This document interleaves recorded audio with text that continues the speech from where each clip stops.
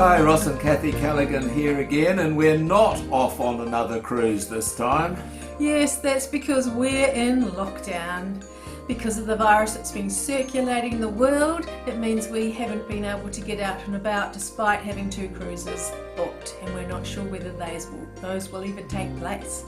So what we thought we might do is show you our very best cruise ever. We've been on 17 cruises so far. We're going to choose the one place out of each of the cruises that we think is the best. So you are in for a treat here. We're going to show you some pretty fantastic places cruising around the world. Our first cruise ever was on the Nile. We were on the Nile Admiral in 2007. So that was our first taste of cruising. Yes, and do you know what? Egypt is hot. That's the thing we remember the most about it. We're standing on the banks of the Nile, and we're going to get on the Nile Admiral, which is our beautiful vessel behind us, and have 3 days going down the Nile and visiting places of interest. Now, the Nile Admiral is a rather nice boat. We have a very nice room, and it's very pretty. It has a little swimming pool, and we hope to have a relaxing time. Luxury and pampering, eh? Yeah, it is a bit luxurious. It's very nice. Our cruise starts in Luxor, which is at one of the most important cities, particularly ancient cities, in Egypt. And for a couple of periods in it, it was actually the capital of Egypt. And we're starting here at a temple, and I'll just look at my thing for the name of the temple. It's called the Karnak Temple. And we're going to be seeing a number of temples on our cruise. All the temples have an opening like this as just the way into the temple, and it's always aligned to the west, and that's because the sun god Ra rises in the east and sets in the west, so it's always aligned down that line. Then inside the entrance to the temple there's this great big open area, and it's sort of like a garden for the pharaoh or for the king who later becomes a god. Now, these ram's heads were believed to be made in the times of Ramses II, and in fact the head underneath is Ramses II, also known as Ramses the Great. And why he's important to, or of interest to us, is that they believe he was alive, and it was in his palace that Moses grew up, Ramses II. Oh, and our guide just told us that they actually found the big building where Moses stored all the grain too. Yeah. And it still has grain in it. Yeah. How about that? Ramses II.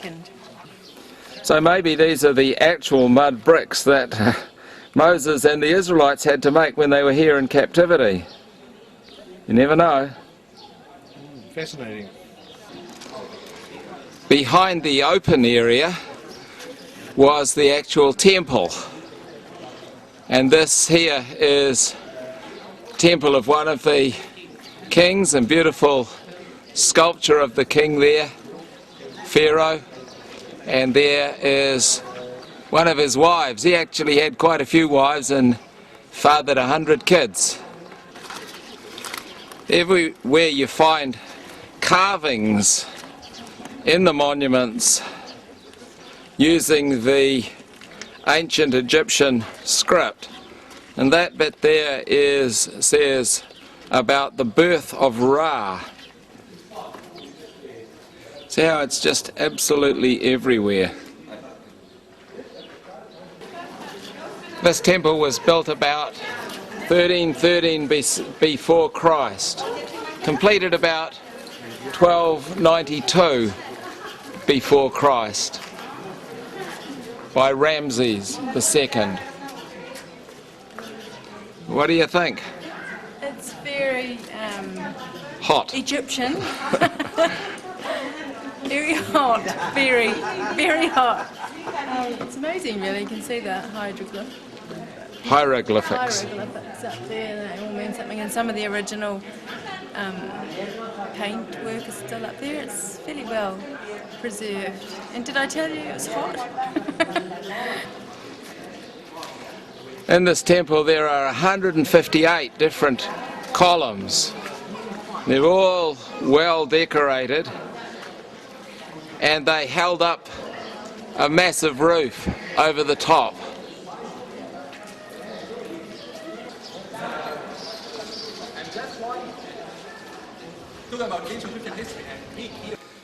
And this is one of only 30 obelisks in the whole world that remain. And here's the second obelisk. And did I mention anything about it being hot? Well, I thought you were so enjoying the obelisks that you wouldn't even notice that it's hot. And then at the back of the temple is the sanctuary where the remains of the god are kept. This one is King Tutankhamun that we saw the other day, and there's his wife. And if they have their left foot forward, that means that they're a god. Nice place for a final resting place. Then out there is the temple, then the garden, and then the entrance to the whole temple complex.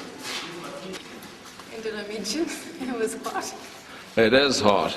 And here's an archaeological dig in process. So they're very carefully taking out the dirt.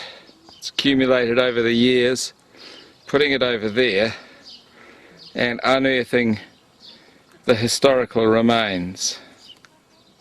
I thought you might like to know that when I was 10 I went on a school trip to Raglan, and we found some fossils, and at that moment I was going to be an archaeologist. Hey, Changed your mind? Did I mention that it was hot? It's hot. That's what archaeologists have to put up with. I know. Lots of mud brick houses on the sides of the Nile.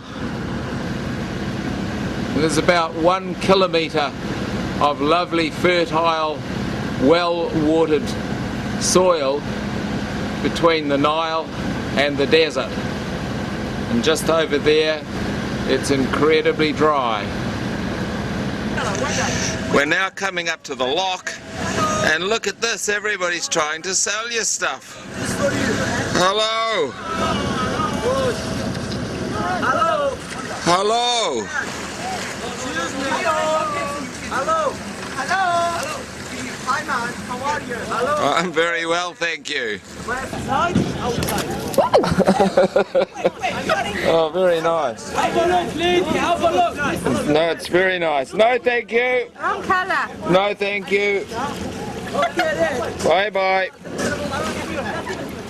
Hello, excuse me, my darling! My darling. Show me this one, my dog! Hello! Look at this one.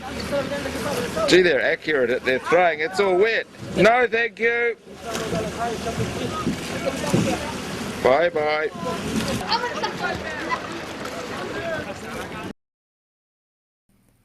And then our second cruise was not like hot Egypt.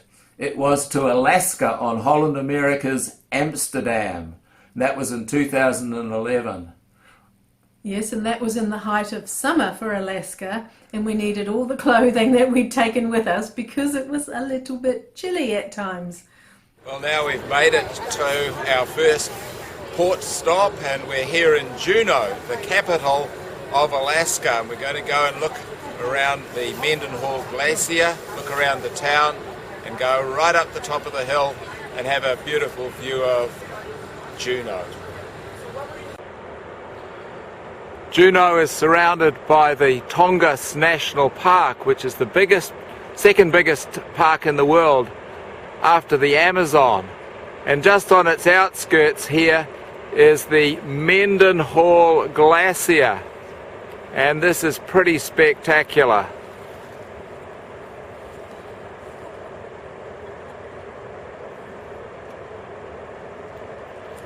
And there's some carving. Just look at the beautiful colours. Quite wonderful. What do you reckon? Oh, it's beautiful, and you can hear the waterfall. It's about the only noise around. It's nice to feel that isolation, and it's quite cool for a summer day, but it's very nice. This enormous glacier is fed by the Juneau ice field, which goes 80 kilometres way back there into the hills. Pretty special, isn't it? The colours, the peacefulness, and the grandeur of it all. This is bear country. You can see one got a salmon just there. There's their droppings. See the salmon down there that the bears eat? Well, we haven't seen any bears feeding here by the lakes and the river, but we have seen evidence of them, so they're certainly around, but of course they're not going to come on cue. Now we're at a salmon hatchery. Thousands of salmon in here, and some of them are pretty keen to get out. Salmon is obviously very important in Alaska's economy, and these salmon are returning after 4 years at sea to their home stream. They come here and they have to go up this salmon ladder. It takes them 30 hours to climb up through here so that they can get back to the stream where they originally came from. Here you can see them forcing their way through the race. What they don't know is that they end up here in a big holding pen where they get separated into the boys and the girls, and they get milked of their eggs and sperm so that they can fertilise them to get new salmon as little hatchlings. And they call that process artificial insemination.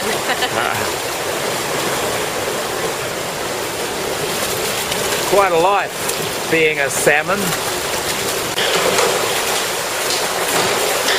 Here is where they stun the salmon, milk them, and then the little babies are released into the river and they head off to the sea for 4 years till they come back here, nice and big fat salmon ready for us to eat. Juneau sits right underneath Mount Roberts, so we're going to go up on the tramway, but it is raining, so we mightn't be able to see too much.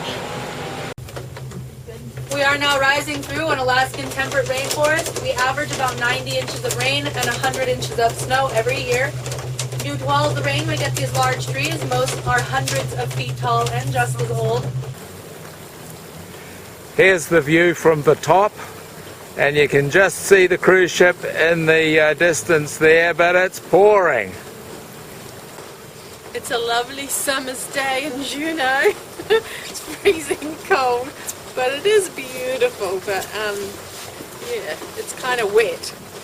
Juneau exists because there was a gold rush here in the 1800s, and the gold was right under this mountain, Mount Roberts, and an enormous amount of gold which brought a lot of people here north to Alaska. The rush is on. But these days Juneau is all about tourism, and they have nearly 1 million tourists come in on the cruise boats. It's got a population of only 30,000 people, and yet it is the capital of Alaska. And over there's the famous Red Dog Saloon, and just look at all the tourists on the main street. And how close our boat is, right there, the heart of Juneau. The Red Dog Saloon dates back to the gold rush days. So there's been a few fights in here, I'm sure. Juneau doesn't have any roads coming into it, which which is pretty amazing for a capital city. So everything has to come in by sea or by air. And of course lots of tourists come in on the tour ships, and that's our one there. And in the background is the way we went up to the top of Mount Roberts, which is clear now. Well, the rain and fog has stopped, so I've come up to the top of the Mount Roberts to show you what Juneau looks like from above. Pretty special, isn't it? Then in 2012 we went to Hawaii on Norwegian Cruise Line's Pride of America. 1 week going right round the four of the different Hawaiian islands. Fantastic. Yes, it was wonderful to see the beauty of Hawaii and experience the different islands. Fabulous, eh? Now we're on Kauai, the Garden Isle. And this is the Waimea Canyon, the Grand Canyon of the Pacific.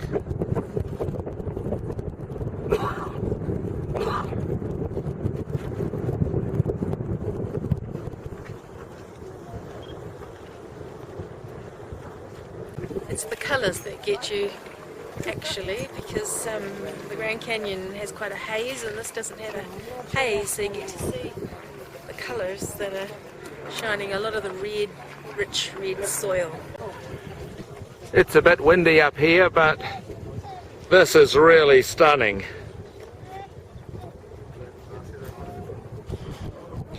Waimea Canyon. One of the unique features of Hawaii is that there are these chickens everywhere. They're wild. They look after themselves very nicely, thank you. And there's also lots of wild cats and dogs and parrots and things, which came about when a huge hurricane came through in 1992, and these animals got loose and they've continued to breed. So everywhere you go you see the chickens and you see wild cats and dogs and all sorts of what would normally be domestic birds around the place. They're wild now. They were originally brought here for illegal cockfighting, but then they had the big hurricanes and the whole lot got set free, so now there's 10 times as many of these chickens throughout the islands as there are people. See what I mean?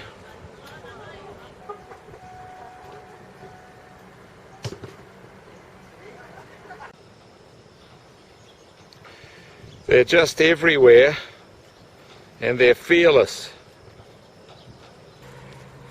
They've shot lots and lots of movies here.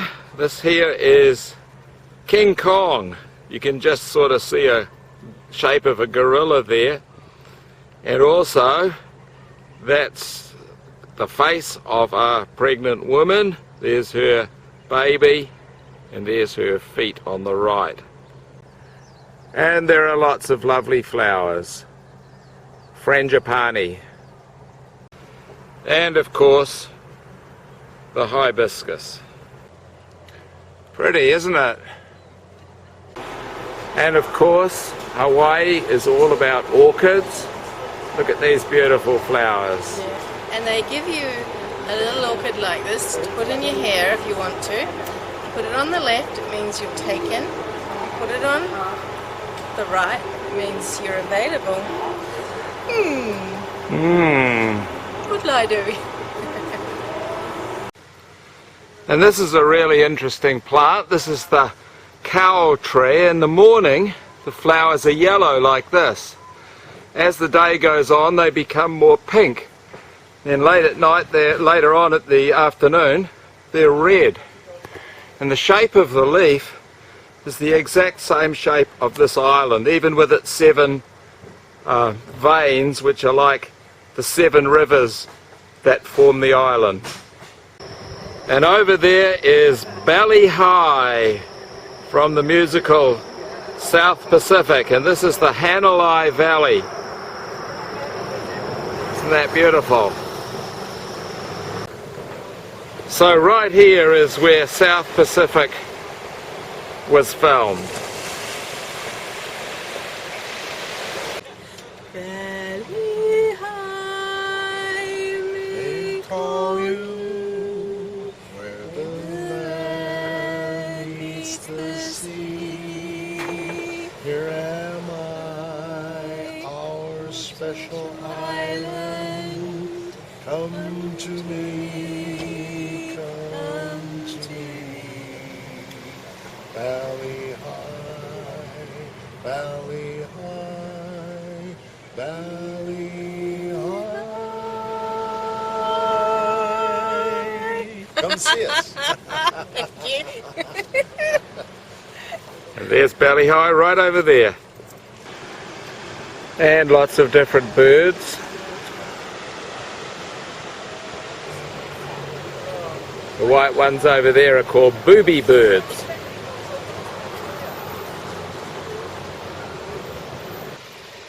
And lots of beautiful plants and waterfalls.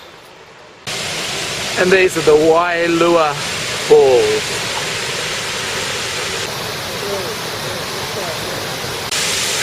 The bird's nest at the base of the waterfalls.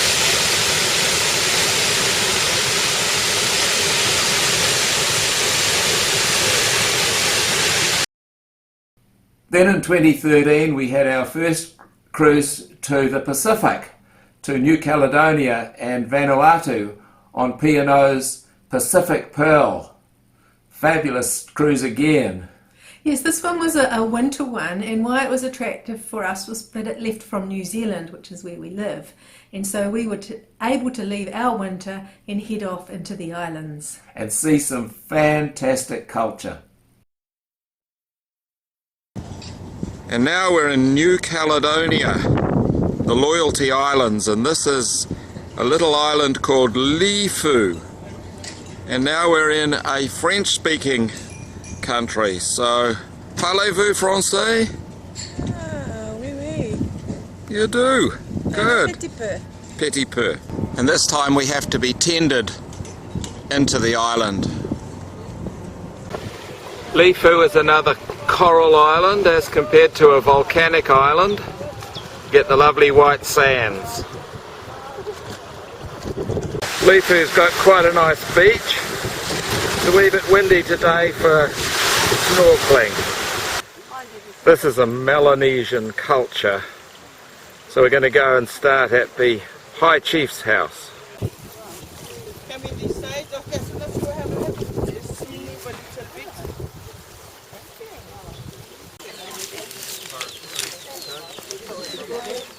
Nice refreshing coconut.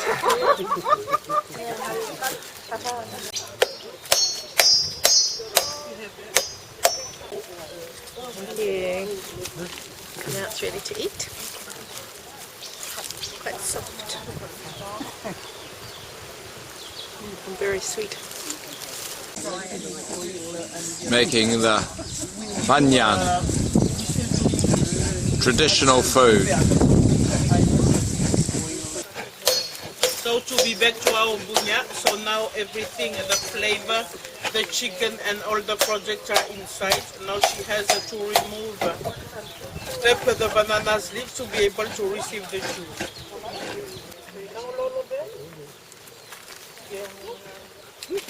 Okay, coconut. The other side. You can imagine if you will use the dead leaf, that will smoke off fire. Cover with the ground, and we have to cover.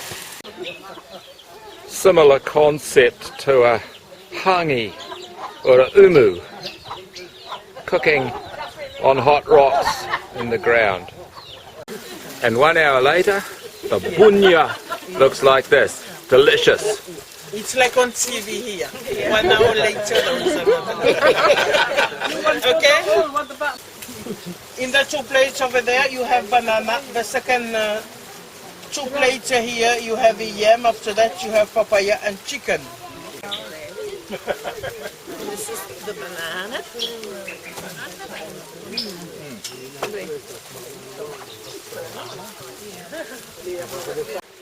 The lifestyle here in Lifou and the Melanesian village is pretty basic.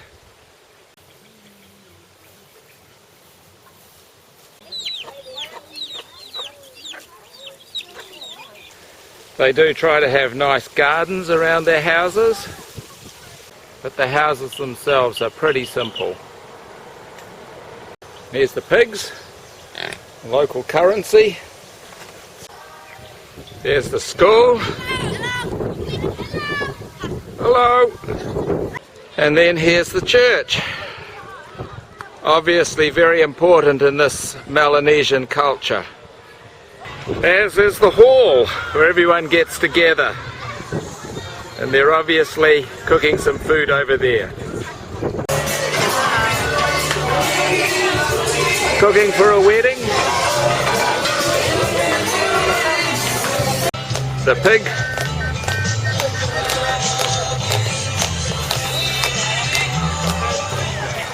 Looks like the women do all the work and the men enjoy the beer.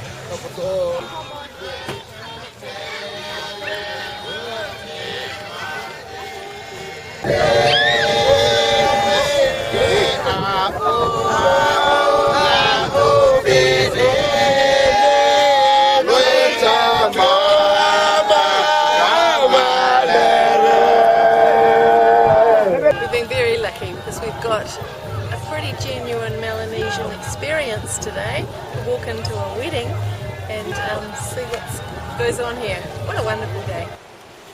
Well, I've really enjoyed our time in Lifou in New Caledonia. We were promised a Melanesian experience, and that's exactly what we got. The Melanesians are much darker skinned than Polynesians and have a very laid-back lifestyle. It's been lovely to share that with them. Then in 2014 we went on 2 cruises back to back on the Carnival Glory around the Caribbean, west first, then east. Yes, they both left from Miami, so we went Miami and then back to Miami twice, and each east and west are so different, and that was what made it such an interesting cruise to do. I reckon that our visit in the Western Caribbean to the Cayman Islands was the best cruise excursion I have ever taken.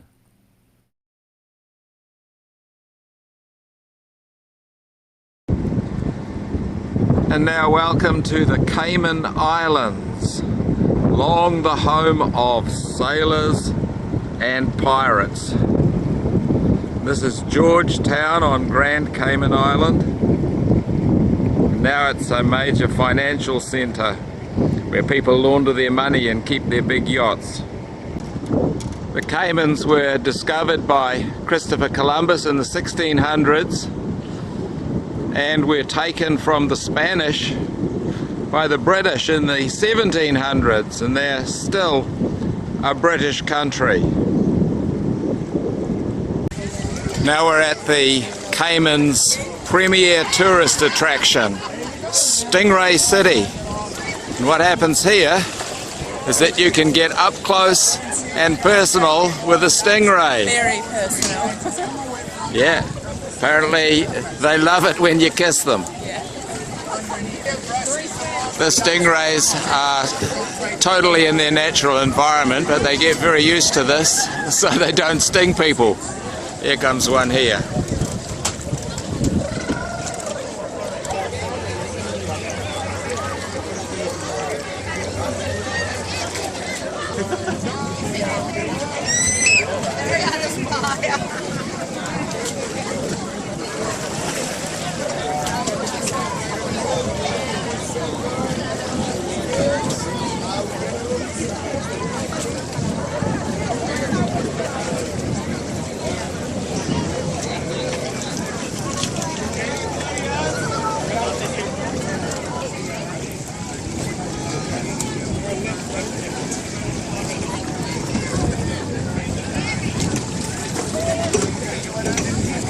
How'd that feel?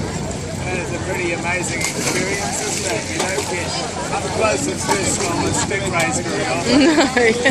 Unfortunately, they don't bite or sting. What do they feel like? Slimy. Having a little chat with a small one.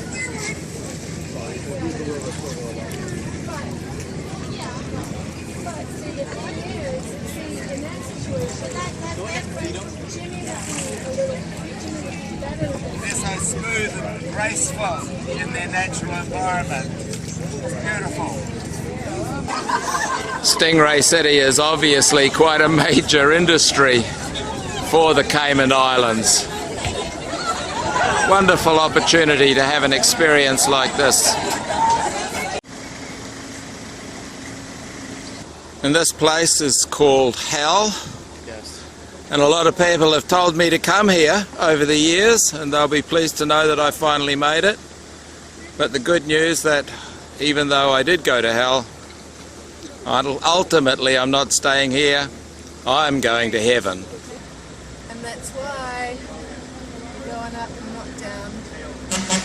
Better to go to heaven than to hell, eh? Yeah, it's an interesting place though, this one. The rocks here in hell have been pushed up from the sea floor. They're obviously volcanic rocks. That's why they have this particular characteristic. So at least now I can say I've been to hell and back. Pirates were very much a part of the Caribbean. It isn't just a made-up fantasy movie. They were very much a part of the Caribbean's history. And Francis Drake, who was officially not a pirate really, did go and pirate other people's ships, and they took over ships, as did the Spanish. And Francis Drake in the end died at sea and was buried in the Caribbean Sea, just tipped overboard. One of the favourite dishes in the Cayman Islands is turtle, and you can even get turtle burgers. The turtles are bred here. So there's a whole lot of males and a whole lot of females, and in time the females lay their eggs over there. 60 days later you've got a new turtle. These ones are green sea turtles. And you notice how they have to come up to breathe every minute or so. This big one's 75 years old, and it's laid over 20,000 eggs in its life. Does it make you want to have some turtle soup? Oh no, it makes you want to preserve them. It's beautiful. Come on, take a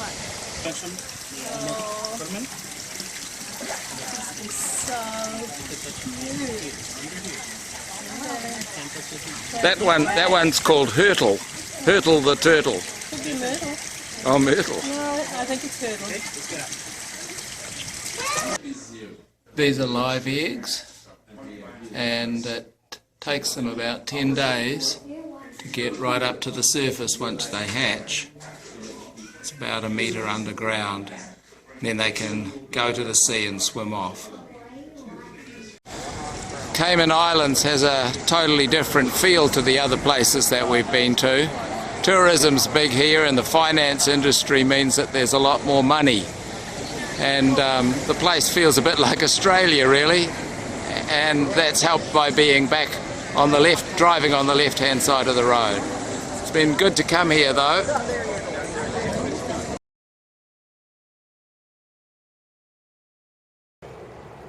Our final port stop is on the island of St. Marten. And this is unusual because it's part French and part Dutch. Initially it was settled by the Arawak Indians, replaced by the Caribs, and they all basically died out because of lack of water.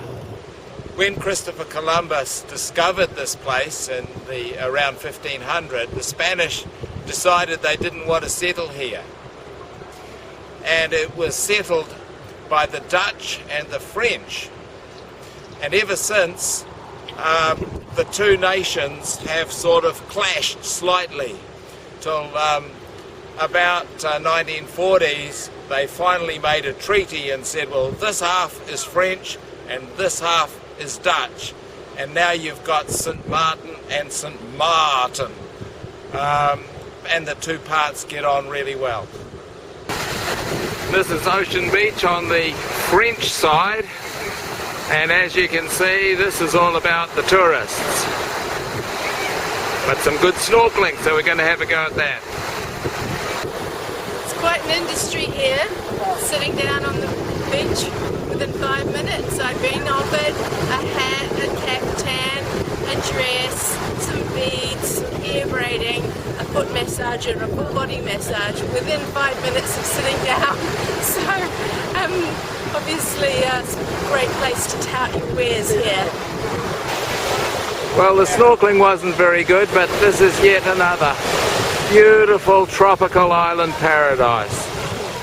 It's kind of weird. It starts crawling. It's weird. Oh, What is it? It's a sea urchin. Oh my goodness, it's moving up my arm. Hold this stuff. Help. That's good though. It's moving up my arm. Somebody want him? And this is Marigot, the capital of the French side. And it's quite a bustling little city. And of course everything's in French. Parlez-vous français? Have your lunch at Le Bistrot de la Mer, the bistro by the sea. When they discovered salt here, St. Marten at last had an industry, and it soon became a centre for trade, for silver, for salt of course, for sugar, for spices, and it flourished. But then gradually it declined until now it's a centre for tourism and also as a haven for duty-free shopping. So the tourists come here and they spend. And that's what makes St. Marten today.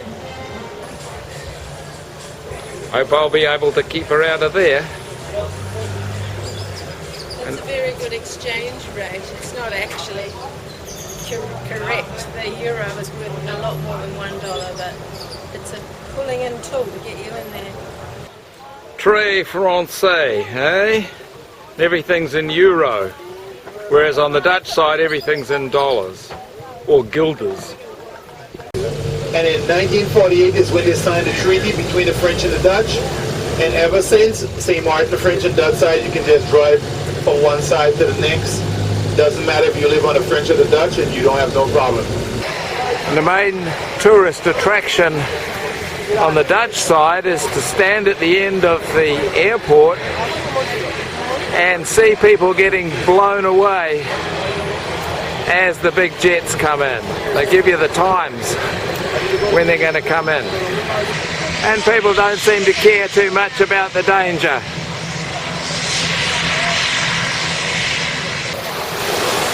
This is a lovely beach, but it has to be one of the most dangerous beaches in the world because the planes are just 12 feet above as they come into land.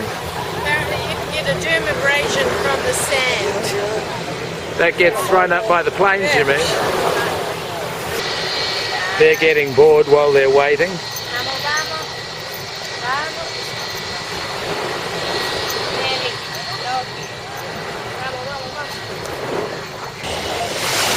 See how low it is? Right up above our heads.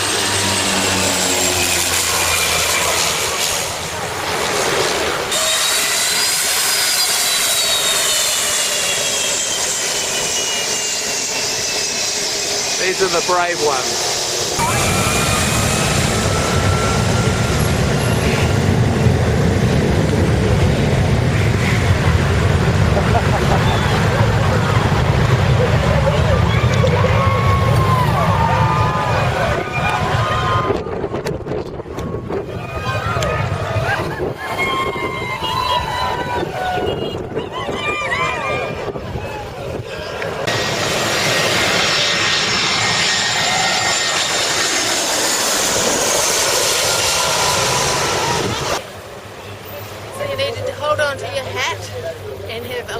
courage just to stay put where you were as it came pushing down right over the top of you. Very exciting.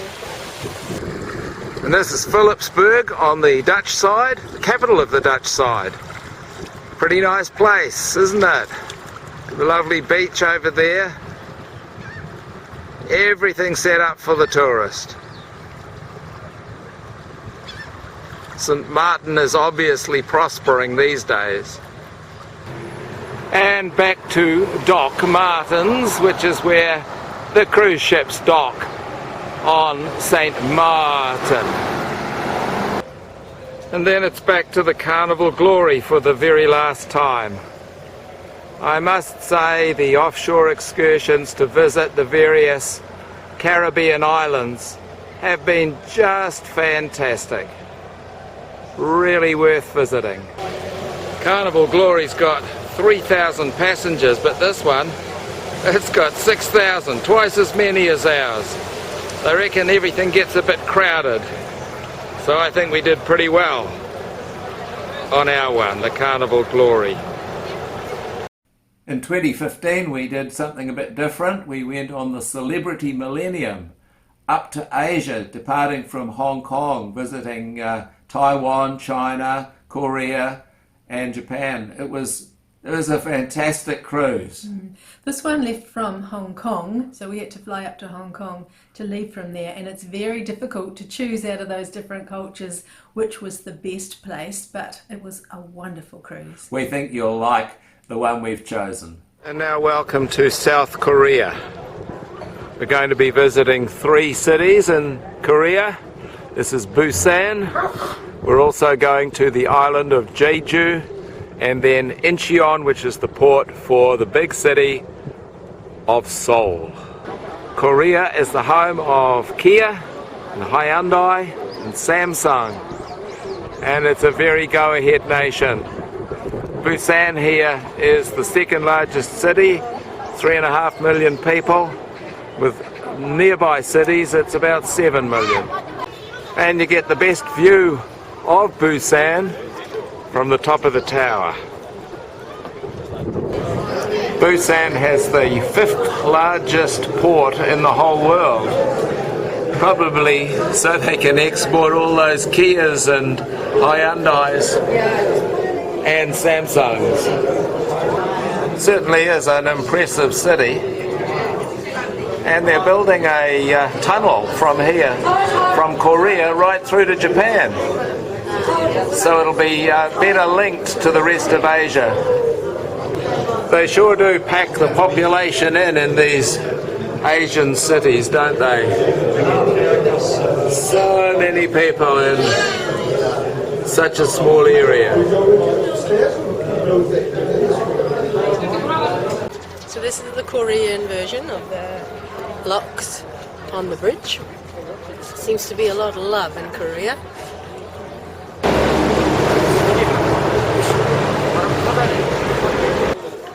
In the markets they group things together, so if you want to buy some socks, you come to this place. Just look at the number of socks. Seafood is very important here in Korea. They have lots and lots of it. This whole building's a fish market. Incredible number of fish shops. Fish for sale just as far as the eye can see.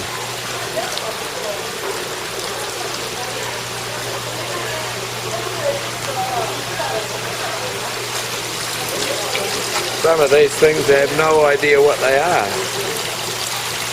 Sea squids or something. And just look at the size of the cockles and the mussels, and they're all alive, oh.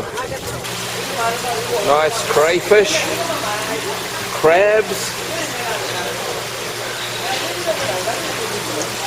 So they're cleaned and packed, ready for sending out to the shops. This fella's going to try and make a break for it. He's on his way out, back to the sea. Almost as if they're talking to you.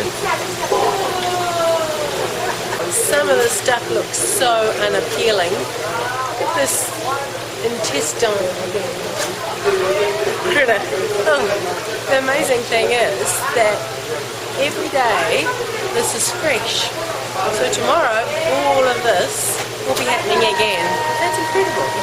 And it doesn't smell, it's all smells fresh. The only thing I can't find in here is some chips to go with my fish. Lots of nice seaweed, dried fish in the fish market. Up till today I've never really heard of Busan, but it is a pretty incredible, massive, great city. Well, that's the end of part one for the best cruise ever. We hope you've enjoyed it. We certainly have. Yes, we hope you have enjoyed your Not a Cruise and enjoyed going around the world with us.